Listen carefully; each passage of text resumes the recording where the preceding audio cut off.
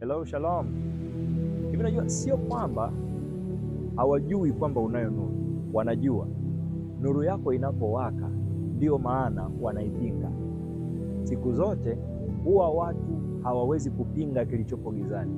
Wanapinga kilichopo nuruni. Unaweza ukajiuliza, kwa nini mimi peke yangu ndio napingwa? Kwa nini mimi peke yangu ndio napigwa vita?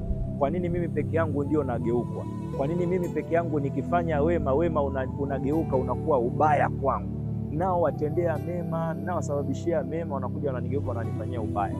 Nuru yako inawaka na wanaiona, na shetani hapigani na kilichopo gizani, anapigana na kilichopo nuruni. Ngoja nikukumbushe kidogo. Unamkumbuka mtu anaitwa Yusufu? Yusufu alipotoka kuhadithia ndoto yake, walikuwa ambapo hawajui ndoto yake, walikuwa mchukia. Lakini walipojua ndoto yake, maandiko yanasema wakamchukia. Na cha ajabu ni kufunulie ni kwamba Yusufu alivyosema ndoto yake, kaka zake walimsaidia kutafsiri, wakamwambia, je, wewe utatumiliki sisi?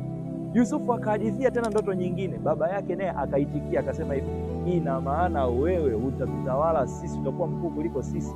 Kwa hiyo sio kwamba hawajui kwamba nuru unayo, wanajua, na wanachopinga ni nuru iliyopo ndani yako na sio wewe. Na kutia moyo, endelea mbele.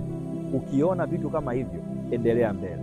Yusufu aliendelea mbele, ndiyo maana alifanikiwa. Mungu akubariki sana. This is Pastor Sunday Udoga from Christ the Hope Ministry.